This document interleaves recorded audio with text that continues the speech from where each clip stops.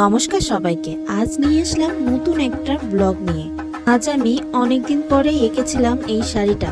সামনে দুর্গাপূজা, সেই উপলক্ষেই এই শাড়িটা বের করেছি। যাদের পছন্দ হয় আমাকে ইনবক্সে নক করবেন। ছোটবেলা থেকে আঁকাতে এত ভালো লাগে, পরীক্ষা শেষ হয়ে গেলেই আমরা দুই বোনে আঁকতে বসে যেতাম। যখন মন অনেক ভালো থাকে, হাসি খুশি থাকে, তখনও আঁকাতে বসে যেতাম। আবার যখন খুব মন খারাপ হতো তখনও আঁকাতাম। এই আঁকালে মনটা ভালো হয়ে যেত। ছোটবেলায় যখন আমরা আঁকাতাম তখন আমার ঠাকুমা বলতো, দেখবি এই আঁকানো দেখে তোদের সবাই অনেক প্রশংসা করবে, অনেক ভালো বলবে, অনেক বড় জায়গায় যেতে পারবি।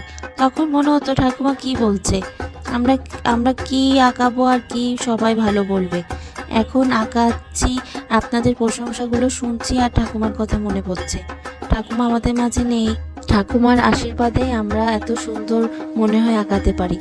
ভগবানের আশীর্বাদও আছে আমাদের, না হলে এত সুন্দর কিভাবে আঁকাই।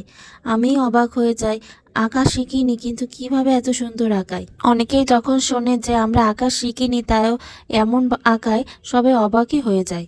আপনারা সবাই আমাদের দুই বোনের জন্য আশীর্বাদ করবেন। আমার বোনের এই আঁকা আঁকির একটা পেজ আছে, আঁকিবুকি। আপনারা কিছু নিতে চাইলে ওইখানে নক করতে পারেন। প্রায় 3 বছর পরে আঁকলাম, শাড়িটা কেমন হয়েছে জানাবেন কিন্তু। ধন্যবাদ। ট্রিনা লাইফস্টাইলের পাশেই থাকবেন।